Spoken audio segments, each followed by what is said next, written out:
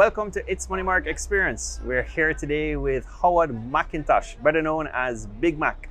He's the chairman of the Entertainment Advisory Board in Jamaica.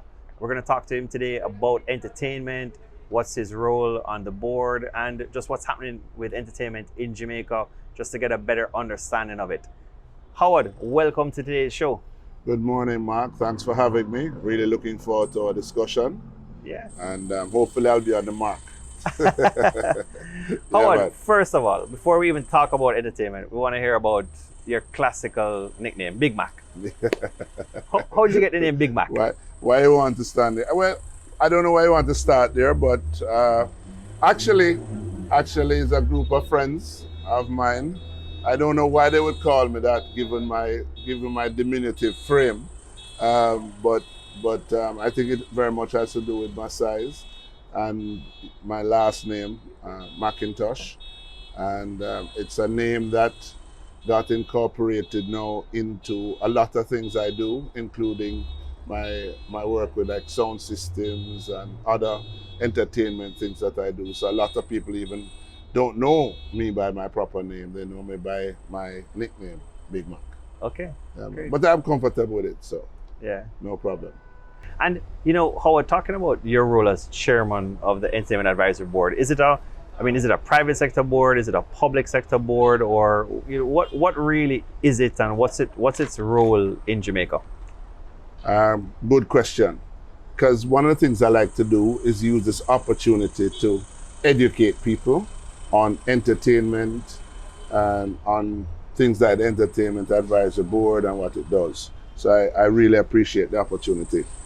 Essentially, the EAB is set up to give policy advice to the Minister of Entertainment and Sport and to the government in relation to particular areas, anything regarding entertainment, and to work with on engaging stakeholders within the entertainment. So it's it is government appointed? It is a government appointed board appointed by the minister.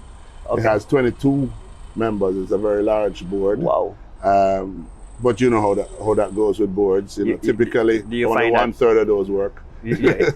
You find it difficult to maneuver or manage, you know, let's say 21 persons with you as a chairman? Yeah, personally, I think it's too large. I think though that it has been part of policy to appoint that number of persons. It is good from the standpoint that the minister has done a very good job in terms of the persons that she selects. So you have a wide range of persons, wide range in terms of members of the industry, in terms of age group, in terms of skill sets. You have academicians, you have artisans, you have producers, you have event providers, you have historians. So you have different types of persons, and that larger number gives you that base. But so it's not just a lot of lawyers and doctors. No, not okay. Actually, the last count we had, we don't have any doctors, but the last board, but this recent one now we had 4 lawyers. Because the number of persons, actually, as you know, for like intellectual property and they have expertise and royalties and everything. Yes. But as I said, great expertise, great depth. Yes. But when it comes down to the work, it's typically 7 to 10 people that do all the work. But that's fine. That's how nothing wrong with that. Work. And when did it all come to fruition? Like when did this whole EAB, come into play? Is it recently, or was it always in existence many years ago? No, I think it's been in existence now for the last maybe 15 years or so. And so you had chairman before me. I think Kingsley Cooper was a chairman at one point in time. Okay. And you had other persons that were chairman or chairman. And I've been chairman now for the last couple of years. And that's Kingsley from Pulse Entertainment? Kingsley Cooper from Pulse. Okay. Who remained a member even after not being a chairman, and has worked very well with me just in terms of trying to assist and give the type of advice given his expertise and his experience. And is it term like, is it just like most government boards, is the term say 3 years or is it 2 years, 2 years in terms of appointments? They do it every 2 years, which for now I guess we'll work with it. But 2 years is a short time.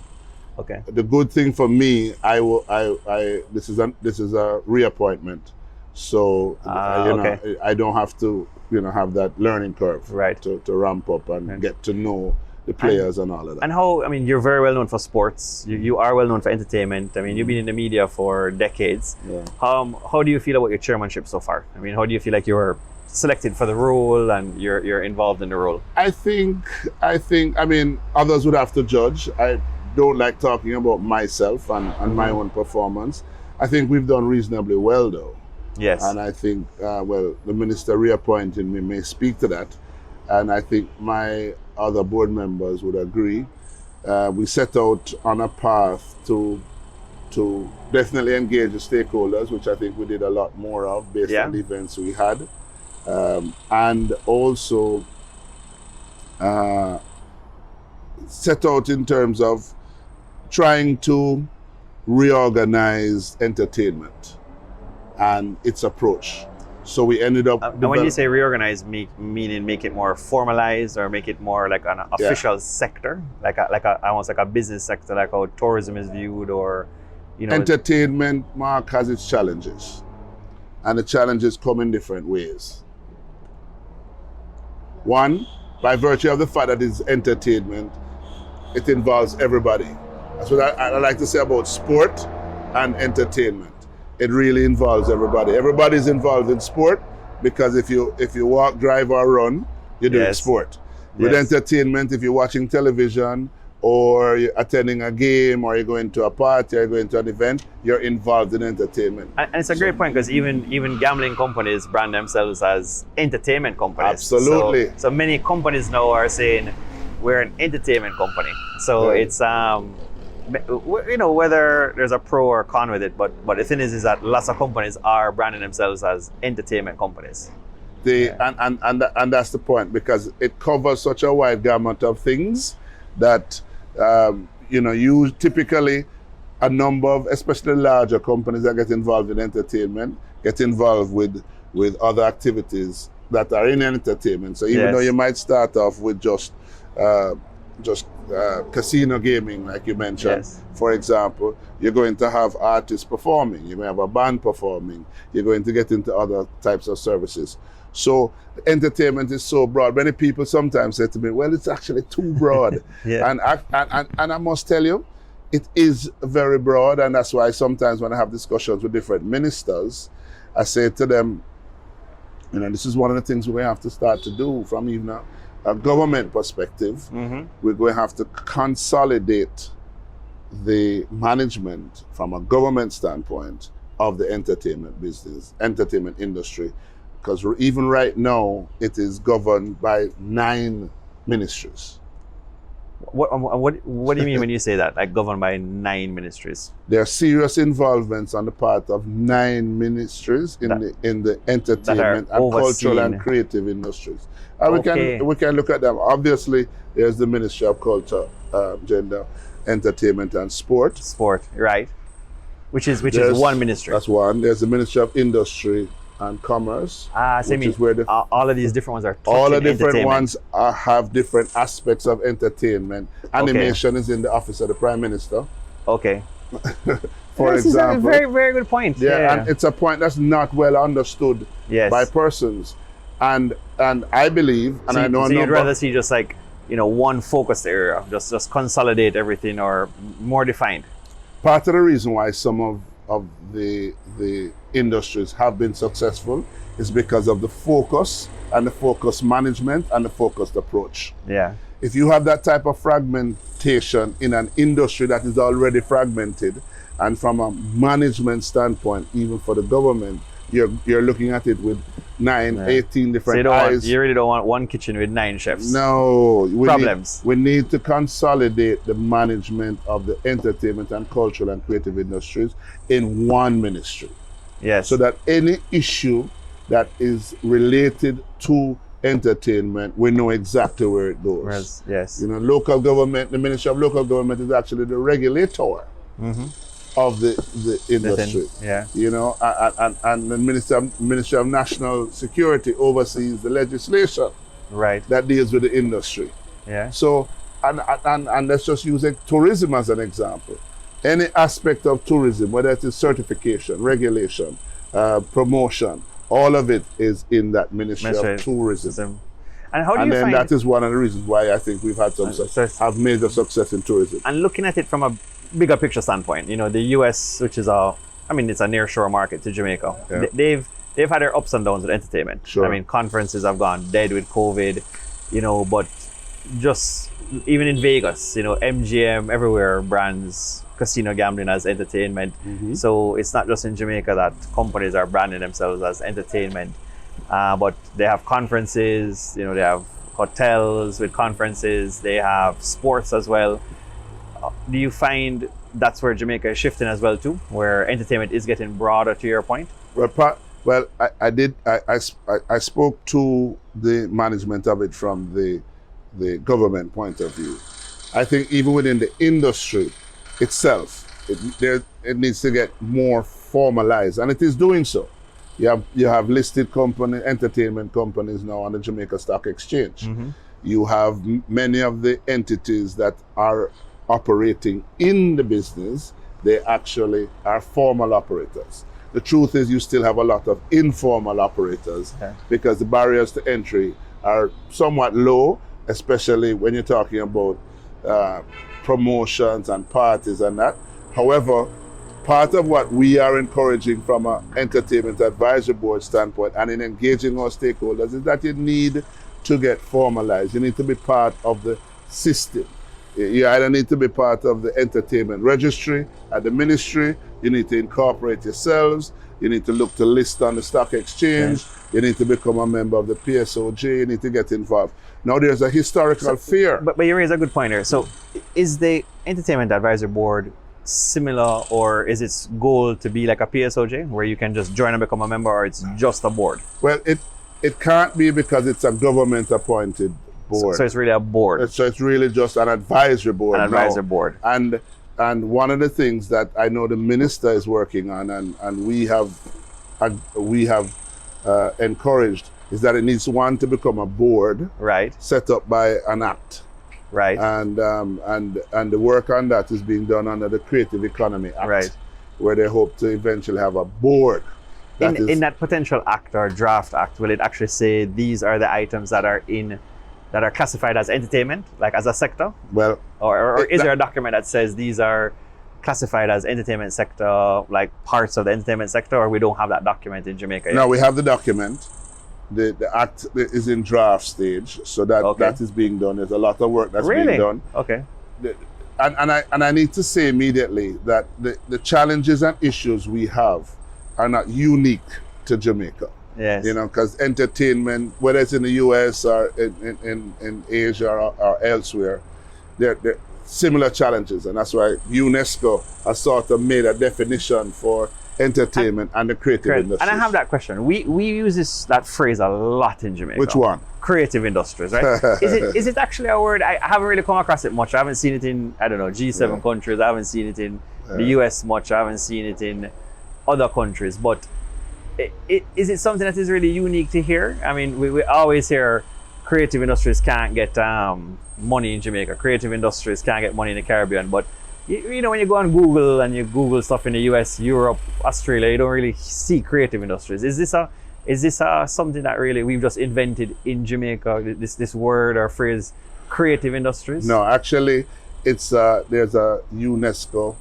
definition for it, and it's one that's used by the IDB and the World Bank in terms of the creative industries.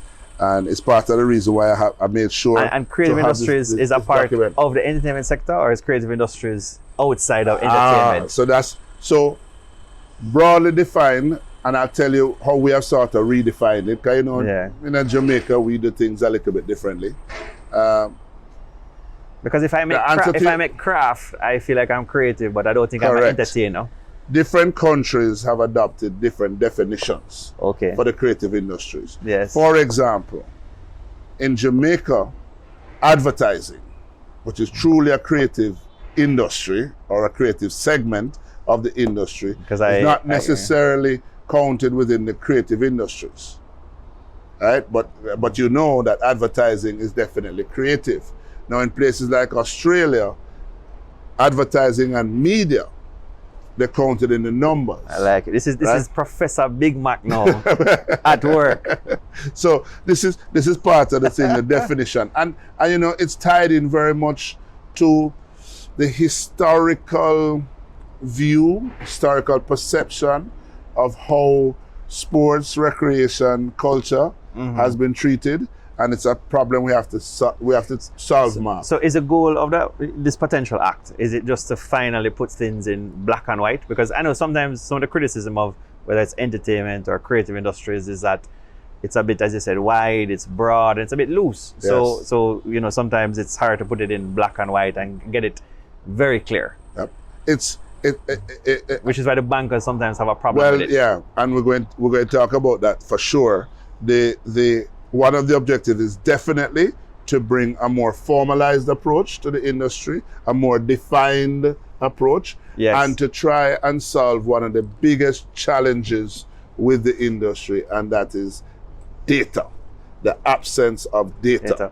To actually verify what it is, how much it does contribute to GDP, because you know, bankers, economists, and financiers, they come back to the numbers. Do you think the biggest issue is the data or it's access to capital, or they go hand in hand? Because the bankers can't get the data of whether it's the accounting or the data of the companies. They go hand in hand. Let's even go to where the government's numbers are counted. If you want to find out numbers on the creative industries, entertainment, and the cultural industries, you have to look under the section in Statin called recreation, sporting activities. Now, from you start with recreation, it suggests that is not serious business.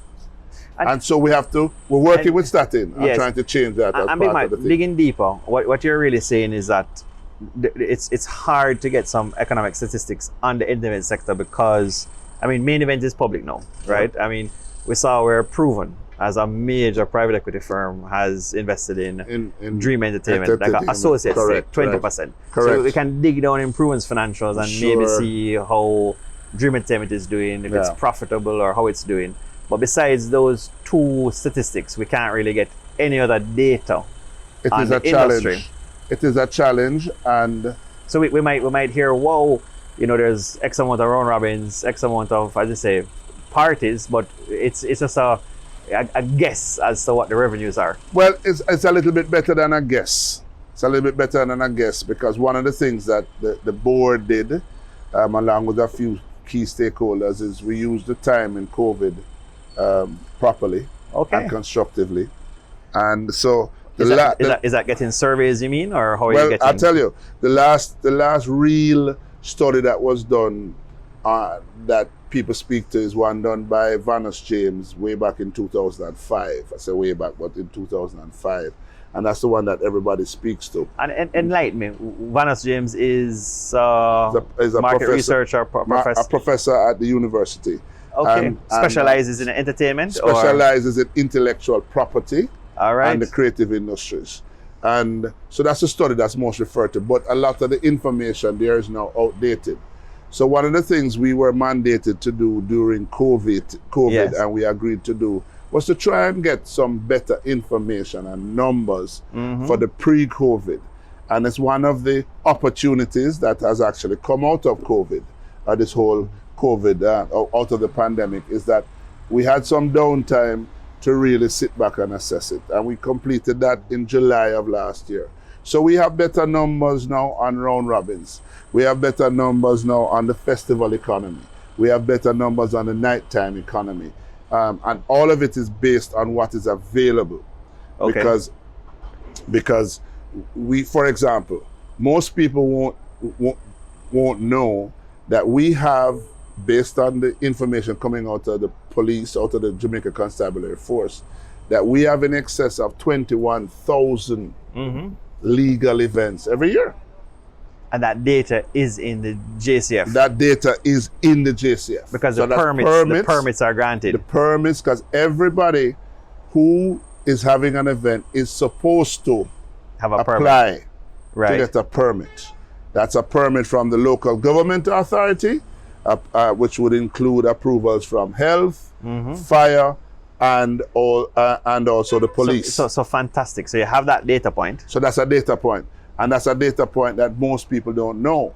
So that means you're looking at, if you do the numbers, it would be about 1,600 events per month, which gives you an idea of how many events per day you're talking about that you do. We have actually, so they issued 20 pre-COVID, 20,000 permits. We have 12,000 round robins a year. In that 21,000. In that 21,000 permits. So you have 12,000 round robins, which means you have 1,000 round robins a month on average. Right? So these are now statistical pieces of information that are available that we've put together. Right? And what we did was we spent time with a few researchers getting information from the festivals and getting the real data, what the festival cost. Are you finding you're able to get, I mean, are persons more open, or are they willing to share anything, like an approximation of, you just mentioned cost or revenues, or persons are very, a bit afraid to share their revenue numbers? When it comes to the entertainment business, people generally want shy away. Historically, they're afraid of taxes and all that type of stuff. Let's just put it on the table. The reality is, though, because of the downtime, people were reflecting on how their business were doing and how they're now going to restart and reset their business. So a lot more people are willing to share the information. You mean like they're looking at it as more of a collaborative approach? And the need to provide the data. Now, in our analysis, we did not include any information at all on tours. So all of these artists that tour, and they tour regularly. Tour in Jamaica, I mean, or they globally?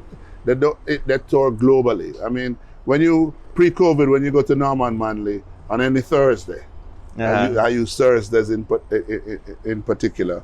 That's like the flyout. That's like the flyout day. That's the flyout day. All of the artists going all over the world. Either they're going for the weekend or they're going for. And in the summers, it's just constant. In our analysis, we did not include one piece of that information because that's the type of information we can do some type of guesstimating on it, but we did not. What we did was we focused on the information that was available to us, the police permits, the actual number of round robins, the number of bars. All that information was provided through the Social Development Commission. And that we have 10,000 bars in Jamaica. So we've been able now to come up with some numbers for the nighttime economy, for the festival economy, for the events industry, all of which come for the fashion and modeling, for dance, and for sports, all of which comprise what we have renamed sort of in the Jamaican style. We call it ECCI, Entertainment, Cultural and Creative Industry. Right. That way, everybody will know what you're talking about. Because just like we've been saying, when you typically say creative industry, they say, what you mean? And you say entertainment, they say, what you mean? So now we're talking about the entertainment, cultural and creative industries. And on that point, Howard, why... So let me give you the number, Mark. Let me give you the number. Tell me the number. When we did the analysis, you're looking at pre-COVID on an annual basis, a contribution of close of this is to the economy. To the economy, 75,000 persons employed approximately, and a contribution in excess of 150 billion annually. Jamaican dollars. And this is what they call it, a certified study or a study done by the professor. No. Or done by the advisory board. This was an improvement. This was done by the advisory board and a group of researchers. And that was the presentation. The study. And how does it, I'm just asking, suppose, you know how Jamaica works. Suppose another sector, another economy says, Howard, foolishness. It's not certified. There's no business case for it. How does it stand ground at the end of the day? So let me tell you. You as a chairman sign it. So let me tell you. No, man, we sign off on it, and we use it, and we've put the necessary clauses in there to say this is how we collected the information. Right. We presented this to the cabinet subcommittee. Oh, it did? Yes, yes. We're not doing this thing just for posterity and having it there. We presented it to Statin. Out of curiosity, if I missed it, and what was the position from Statin? How did they react to it? No, Statin welcomed the information. Okay. They immediately said, "Well, we changed this," and I said, "Let's change it." Yeah. Well, part of but you got the discussion going. The discussion is on, and this is why being on programs like this, having the discussions is important to us. Yeah, because this information is not out there. It's not out there. And in fairness, you may be one of the first people within the media landscape. But that's what we do at ItsMoneyMark. That's the experience we give. And that's why I want to ensure that you get the data coming out of it and people know. People can challenge it. We want it to be challenged because to the extent that information is there that we don't have. And it's a great thing you're doing because you're bringing Statin, which again, a very important agency in Jamaica, but you're bringing them more into the picture. Critical. We've had discussions because of that presentation to the cabinet subcommittee on COVID-19. Yes. We've now had discussions with the PSOJ, and they're now working with us in terms of developing the possibility of a focus group looking at the creative industries and entertainment. We're having discussions with the Planning Institute to see what types of possibilities there are. That's the PIOJ now. Right. But what this really requires now are some resources at the level of the ministry, because so you get some funding at EAB, right? So they need the entertainment division and the ministry now need to do some of the work that needs to be done. Yeah, you have any staff in there, or it's just all an advisor board? Like you have any planners or no? They have a staff or admin staff that assists you as an advisor board. The board is supported by the entertainment division. They have about 3 or 4 people from the ministry. From the Ministry of Culture. They can be seconded or they work with you. No, they are. That's part of their mandate. They are to support Entertainment Advisory Board in its activities, and most of what we do is done through the entertainment division, their staff. Right. Because all of the people that are there are volunteers that are on the board. So my question is, Howard, is that you mentioned some great names. PSOJ. I mean, tourism has their lobby group. I mean, all the important sectors in Jamaica, bauxite, mining, everywhere.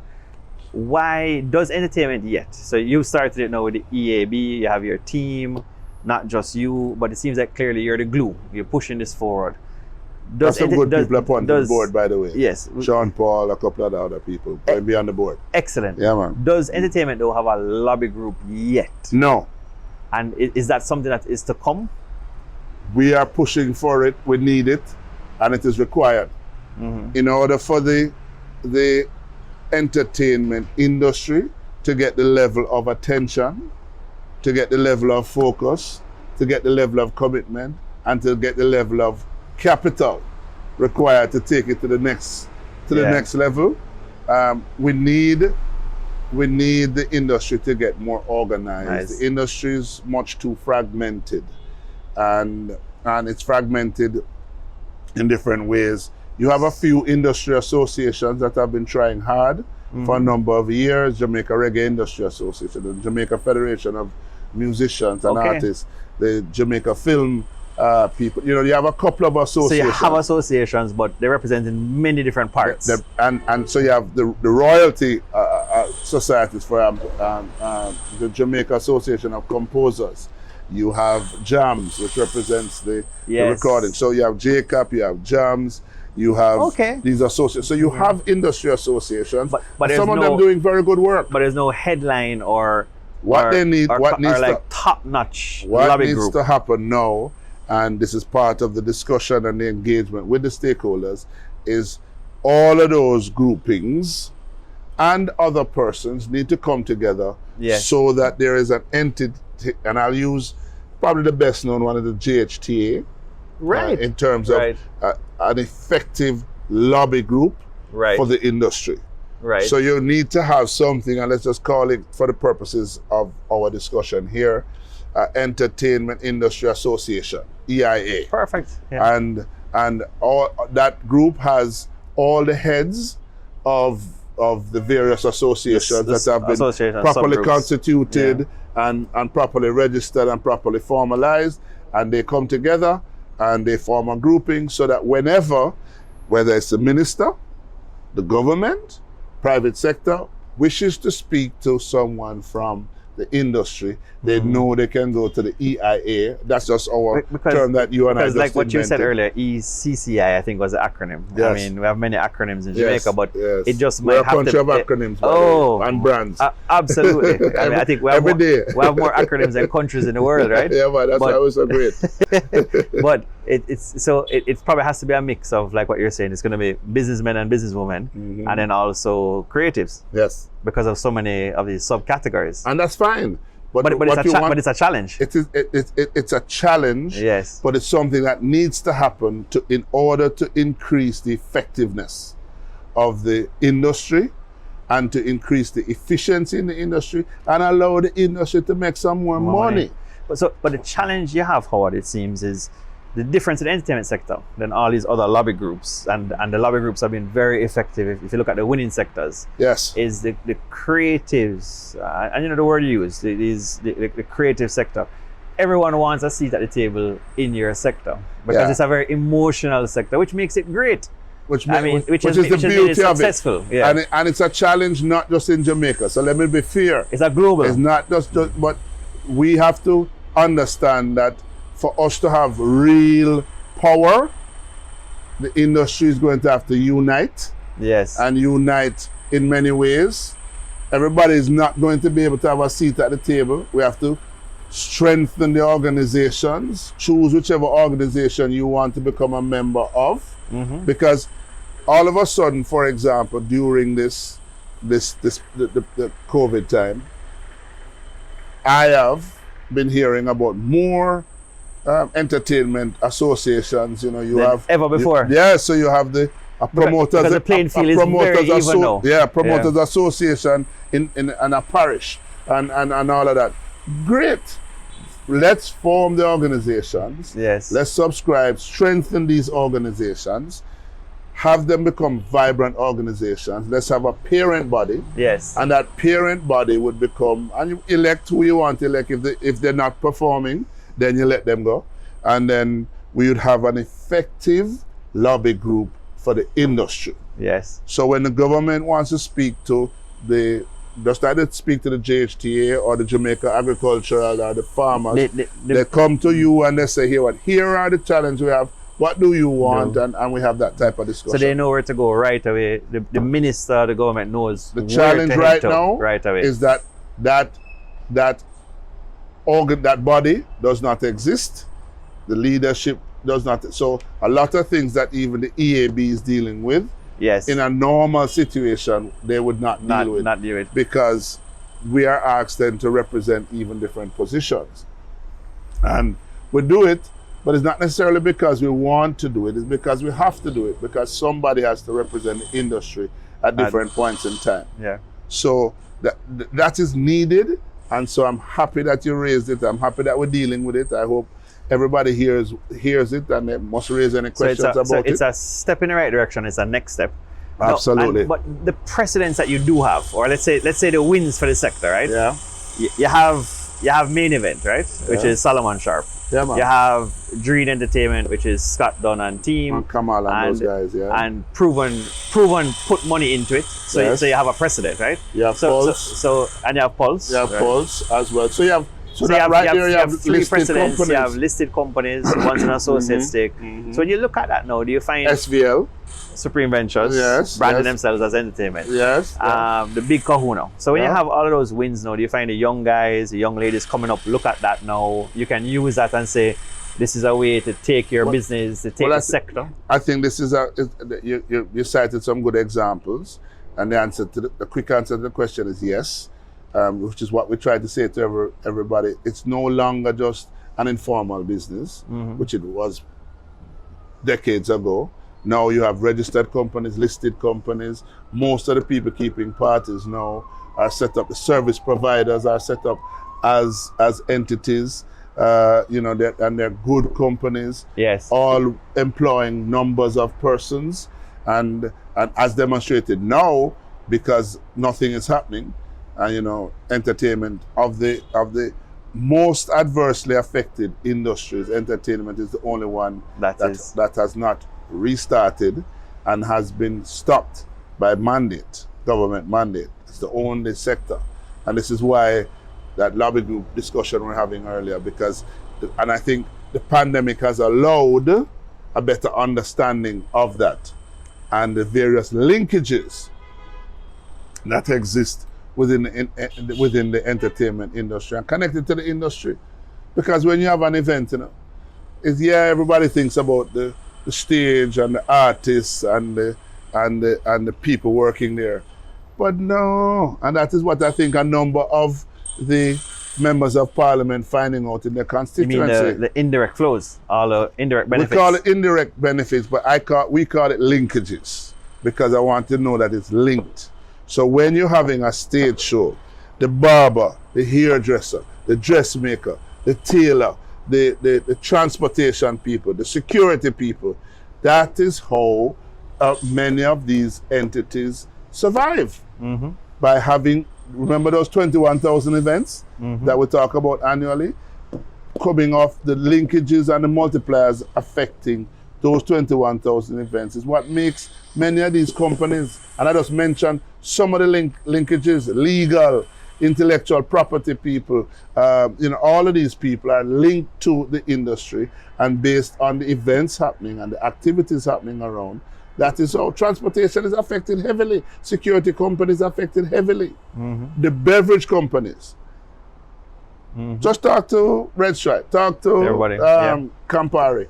Talk to them about what has happened in terms of actual sales, based on the fact that the whole entertainment ecosystem is down. Yes. Mm-hmm. It's heavy. And I think the pandemic has allowed that opportunity for people to really better appreciate and understand it. And I mean, the Prime Minister has been open about it, for example, with his hip strip down Olympic, because he understand now that that's a serious business in terms of how people actually survive. And do you feel, Howard, though, I mean, the economy has seemed resilient. Jamaica has seemed resilient. Do you feel the fallout has been bad in the entertainment sector? It has been. Based on what you've seen in the economy? It has been bad. It has been rough. It has been challenging. Some people... Where do you feel all the persons who have worked in entertainment, what do you think they've done? Have they gone into substitute jobs? Which is where I was going. Have they gone into other side Some hustles? people have left the industry. Yeah. Some people have left the industry. Found employment some of them elsewhere? And found employment elsewhere, or channeled their energies into other things. And some of them will not return. That's just a harsh reality. Into that labor market. Yeah. Some of them will not return. Do you think when entertainment restarts, there could be a labor crunch there, or it would be hard to find labor, or people will always, or entertainment sector will always be able to find jobs? You're going to be able to find persons, people. So as with downturns in any economy, you're going to have a shakeout. So some people are going to leave. Some people, for example, I'll use even sports and football. Some of the players that were not able to play, they went overseas, and they're not looking to come back. They start work over there because them, doing other things. Higher wages. So you're going to have to shake up. But what it does, it provides opportunities. The funny thing is for younger people. Other people. So other people now coming up will have an opportunity where they may not have had it before. So it can create just overall employment. It's going to create overall employment. Market share there. And I can tell you, Mark, I speak about this all the time. I've given a couple of presentations on it. And in a meeting with the Prime Minister and the Minister last week, I raised it. Now is a good time to start planning. It's a good time to start planning because... To start an entertainment company, or I think to plan entertainment events? To look at starting an entertainment company, or one involved in entertainment, or look at how you may want to do. I am not a medical person, so I can't guess when we're going to get over this pandemic thing. You mean reopen the economy and everything? However, what I can say to you, and this is my prediction on MoneyMark today, The roaring 20s is back. You're referencing the 1920s and We used to hear everybody about wants it. to go party. None of us here now, are most people alive now only read about it and Yeah. heard about it. The roaring 20s, and that's what, Las Vegas, Cuba, and all of these places, when Havana was big, a lot of it started post the pandemic of 1980. Yeah. And then came the roaring 20s. We're only in 2021 now. Let's just say 2 more years and we overcome this pandemic. Mm-hmm. We're going to have 7 years of bliss, because the pent-up demand, the pent-up madness, the pent-up craziness, you're seeing it now. Even in the US now, I was reading, even in the paper today in New York, they've said they're going to be having a major festival in August. Well, it's a perfect time. How do you feel? Look, you just said it. Footballers had to go make money. Cricketers have done it. I mean, you go where they say the markets are. Absolutely. The stock market is the same thing. Investors go where the markets are. Yes. It's a global market now. Yep. How do you feel about the promoters, the party owners? I mean, even in Jamaica, it's all over social media now. They've gone to Florida. They've taken their product to Florida. I mean, how do you feel about that as the chairman of the EAB? Yes, just like you said, money investments go where they're welcome, eh? And because of what we're going through, and no way I want to minimize what we're going through in terms of the pandemic, the consequences of it, and the challenges brought about by it. As a matter of fact, I want to commend publicly again the government and the people on the front line of the pandemic in terms of the sacrifices that they have made for all of us to bring us safely through it, and those of us that have made. So want to commend them. So I'm not trying to minimize that in any way, shape, or form. The truth is, though, that the US, which, as you said, near shore, Florida in particular, has been quite welcoming. And it has become not just US, it has become the global entertainment capital now of the world. Many will argue that it always has been, and that's why I like to say, I want to know what our space is going to be. Are we the entertainment capital of the region? Are we the, like I said, are we the sprint capital of the region? We're we're talking about branding, names. Yes. Are we the entertainment capital? There's an opportunity. Are we the festival capital of the region? Are we the sprint capital of the region? We need to think about these things and determine exactly. We have a friend that likes to say, think about these things.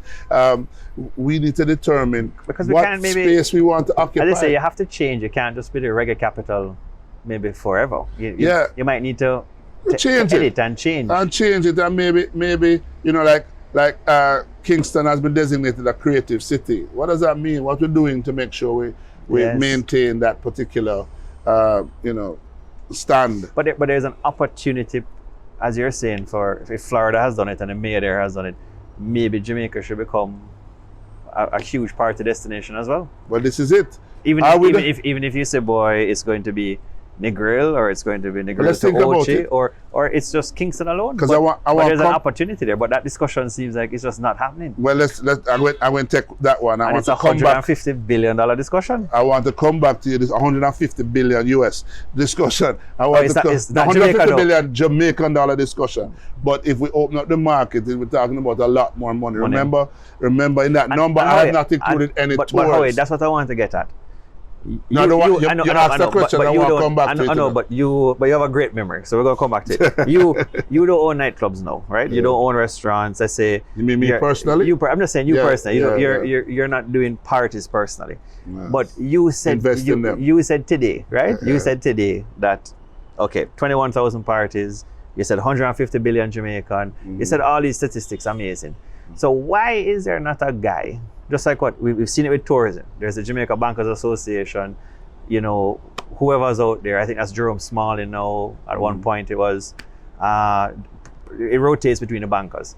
But why is there not a guy then? And we know the names out there, but there's no guy from the entertainment sector who gets up and says the stats you just said. So that, so that the government knows, or whoever needs to know, that this is an important sector. We need to open up the sector. We need to do this. Because as you said, everybody vents in their sector, but I don't know this information that you've said today. Very valuable information. And I don't think the country knows. And I agree. More of us will be saying it. But you're the chairman of a board. You're not actually in the sector. Well, I am actually in the sector. So let me just correct that. I don't announce all that I do, and I don't intend to, because I'm more invested in it. But there are a number of us in the sector now that you'll hear people speak about these numbers more. Right. It has been said, but it's not been said widely enough. We're encouraging the minister and others to say it. We've shared this information, for example, with the PSOJ, and like the President, Keith Duncan, has been very receptive and very supportive. The Minister of Finance is very much, because you know him as a numbers man, and is very much interested and supportive of the numbers, and appreciate the fact that we have done the numbers. And I believe in upcoming announcements, you're going to see more of a commitment. You know, I said to people the other day in the industry, for the first time, and I hope, and I stand to be corrected, for the first time in the history of Jamaica, the Prime Minister stood up in Parliament and made a commitment on April 18th, I think it was. I have to remember the date. You remember the date? Where he made a commitment to support the entertainment sector. And specifically, he spoke to the infrastructure within the sector and helping with the development of the sector. Okay. Perfect. That was the first time a commitment has been given. He has given a further commitment to come back and talk about the reopening now, and obviously the support for the sector. We're looking forward to that. But that's the type of thing where the work that we have been doing in the background has led to a lot of this. And we hope that it is used in a constructive way. You are right. It needs to be said more, discussed more, examined more, analyzed more. What's fascinating, you know, when tourism did their lobbying, clearly, I mean, it was fascinating to me in 2020, right? Yes. You had, it was like social media was on blaze between all of their lobbying groups. I mean, every day for 30 days straight, they had a post. It said, "Here's the stats." Every day. You know, 6 a.m., 9 a.m. I mean, total organization. And you have a tourism evangelist. From powerful individuals, and every day, and it says stats. Entertainment, what I've seen in your sector is, okay, maybe there's one day, then 30 days later quiet, then maybe another kind of post, or and then 30 days there's quiet. Fest and everything, and everybody and then there's a venting, and then there's another venting, as you say, right? But it seems like there's no, it almost feels like there's venting and there's giving up, then there's hope, then there's giving up, while there's nothing coordinated. Like, okay, daily, as you said, $150 billion Jamaican, 21,000 permits, but a really clear message that this is a very important sector. You know, these are the Ron Robbins, these are as you said, the barbers, all of these persons. The linkages, and it's not consistent. It is not. And it is part of the reason why when we speak to governance, what we've said, even as an EAB, we set out 4 strategic pillars that we have to deal with. Yes. Governance being one, and that's not governance only from a governmental standpoint, from an industry standpoint. Right. We really need to get the governance in order so that we can have that body that deals with these issues on a daily basis. The JHTA, as you know, has a secretariat. All of these other organizations, they have a secretariat. We need to get to the point where the industry association has a secretariat that deals with these things on an ongoing daily basis. And that's part of the structure that needs to be, we need to aim at in terms of the industry. So maybe in a way, although you're a foundation sector, you could be like a young sector that's evolving. In other words, you're we're still part evolving. of this new economy or the emerging. What they call it, like blue, they call it, they have colors now, you know. Blue, orange. Orange is the creative. Yeah. But you know, in Jamaica, you have to be careful how you use these colors. But what is impressive is you have a prosperity color in front of you today. Well, you know, so you are again, prosperous that's today. That's why I mentioned the orange economy and all of that. Yeah. The truth. You're balancing it out. Yes. Because, and I think that is, you know, that's part of the beauty of So you are subsectors changing within in the your elderly entertainment. you're changing in your elderly layers. Big No, Mac. no. Well, what we're doing is appealing to everybody. I like that. We have something within us in entertainment, in terms of our music, in terms of our parties, in terms of our festivals, in terms of our events. We have something that the world wants to copy. Yes. We have taken Carnival, which is Trinidadian, right? When I went to Howard, and that's I parted a lot of Trinidadians. Howard University. Howard University. Because your first name is Howard, you know, so you have to, I you know, have to get Howard this from clear. Howard. Yeah, man. They know. I used to study them. The Carnival is just something that is so special. So we have now borrowed Carnival concept, and we now make Jamaica Carnival. So we turn it into something different, which has our own, always brand Jamaica. our print, Always, our special way of doing things. So Yes. we have a unique approach when it comes to creative industries. Our brands are special. You know, I tell people something that we haven't even promoted well. Our Jam Rock Summer, which is what I call it, and hopefully we do more promotion when we do the restart. Hopefully by next year we have it fully. You see, from the beginning of Sumfest, which is typically around the third week in July, right back for 21 days, right back to Independence Day, we have more parties, events. Because remember at that time, you know, you have Sumfest, which is the summer festival. You have Dream, which is the party festival. You have Independence, which is the cultural festival. Then you have in between that, you have all of these parties. Within that 21 days, we have more parties and festivals and things that we have not promoted. We have not promoted. That one period, that Jam Rock Summer, nowhere else in the world. So part of what we have to do is learn, like from what other countries have done. Scotland, Edinburgh is a perfect example, where we now start to promote our festivals. You know, we have been shy of accepting the fact that we are an entertainment country. You know, from your grandmother and so, you know, you are taught to entertain people. You know, as a matter of fact, you treat the people who come to your house sometimes better than your family. Yes. So we are trained entertainers. Yes. We love to make people feel special. We love to have people.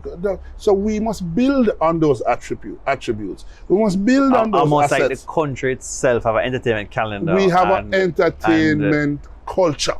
Yeah. So and we must accept the Welcome that. to Jamaica theme needs to be more engaging around entertainment. We are truly the heartbeat of the world. Our music is the heartbeat, everything. So we must accept that. Having accepted that, what do we need now to capitalize on that, monetize that, and make it more successful? Well said. That's what we need to think about. Because remember, you know, we've been socialized to think that, boy, you know, you can't go into music. Why not be doctor, lawyer, or Indian chief? It can't you work. Either be a doctor, lawyer, banker, or Indian chief. You can't access We need that no more. Yeah. You know, we need to produce more young producers like the one you have here helping us. That is part of this creative space that we have. Well, really and truly, what you've seen come out of the US since the 90s to now is that some of the most successful, wealthiest or richest persons have actually come out of music or entertainment. Well, Mark, let me just say it straight and plain. It's almost like an oxymoron when you're coming from the Caribbean. Sports and entertainment is an avenue for wealth. Yeah. Sports and entertainment is an avenue for wealth, especially when you're talking about black people. And we must not apologize for that. Yes. The best known people, whether it's Jay-Z, Oprah, all of these, LeBron, all of these people. If you look at all the business interviews now that are posted or reposted, they are surrounding Jay-Z and Diddy. That's it, right? And who have no transition into brands. So what we must try and do is help, as we said, monetize it. And how do we create wealth? How do we create wealth? This is why it's so important to talk to MoneyMark, because how do we create wealth in entertainment? But it's why what you're doing with the statistics and your role as chairman of the Entertainment Advisory Board is critical, because entertainment needs to be looked at in Jamaica as a sector and a positive sector, and one that can be making money. One that contributes, Yes. and the contribution is not properly measured, needs to be measured. So we need to have a proper study done, because maybe people might say this was an informal study. Fine. Right, and we accept publish that. it and get Let's it out have there. a proper study done by all of the great people who do these studies. Yes. And you know, if you want to bring Oxford here or whoever, Whoever. bring the study, UN, whoever, do the study, publish the study, discuss the study, analyze the study, and use it as a plan. 100% agreed. I think Use it as a that's what's platform needed. Yeah. for what we're going to do. Because right now, anecdotally, we say, for example, and we had this discussion off here, the challenges in the industry are really threefold. Because I said two, but it's three. One, the data, absence of the data. Yeah. Infrastructure. Yes. Because can you believe Jamaica does not have a performing arts center? No, it's It's embarrassing. and I think it's not surprising, you know, because we've not kept pace with infrastructure and reinvestment in particular sectors. When we say that to people, they say, no, Yeah. man, that can't be true. Because every country you go to now around the Caribbean, they have a performing arts center.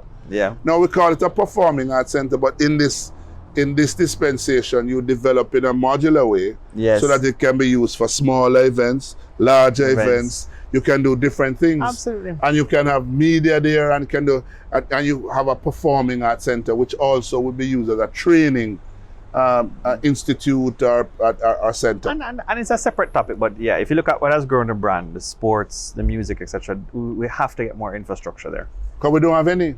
Yes. Part of the challenge for promoters. Include it in your study. As But it must AOB. be.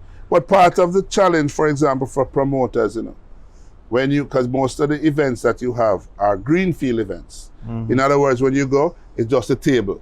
So now I have to construct toilets, I have to construct stage, I have to construct lights. Cost and So I working typically, capital. for a reasonable event, you have to spend $5 to $6 million Jamaican dollars to bring the event up to a level I understand. to allow it to have Yes. the event that you need to have. Yeah. That just don't make no sense. No, I got you. As Yeah. opposed to when you go to what's the one down there, downtown Miami again, the place American on the Airlines bay, conference right beside, center. right beside. I'm forgetting the name. It escapes me now. You can go there and you can say, I'm going to keep a concert here. They say to you, Yes. this is the fee. So you have your PA system, you have your security, you have your seating, you have the infrastructure. You plug in, you pay the thing. Yes. You keep your event and you leave. Yeah. That would allow many more people, many more investors to feel So what happens comfortable. is, to be an intimate sector here, you got to be a world-class entrepreneur, and you got to be a Jamaican who can make it. No other sector has more entrepreneurs than in entertainment and sports, I love it. because all of them are real entrepreneurs, and like you said, They're they greenfield have to entrepreneurs. be greenfield entrepreneurs, and they have to be world-class entrepreneurs to do many of the things that they have to do. And that's why, for example, all the artists that travel, they have built their own studio. Yeah. So they have basically You see contributed in a meaningful way to the infrastructure in the music industry. True. by developing and then those other studios. persons can come and use your And studios, and that is how it you kind have- of morphs and grows. Absolutely. So we have to big up all of those Yes, entrepreneurs, big up everybody else, and let's work now towards the roaring 20s, and let's make this a success by doing many of the things we've discussed today, Yes. and hopefully make a lot of money. Howie, Because they like afraid to say that sometimes. We want to make That's some true. money. well, Howie, I love it. Thank Yeah, you for man. your contribution. No, and man, thank thank you you. for all that you're doing for Jamaica and for entertainment, and as chairman of the Entertainment Advisory Board. That's it. Howie, Thank you very much for having thank me. you for joining Yeah, the man. ItsMoneyMark Experience. Yeah, That's man. Howie McIntosh, Big Mac. Thanks for joining us. Thanks again. Bless it.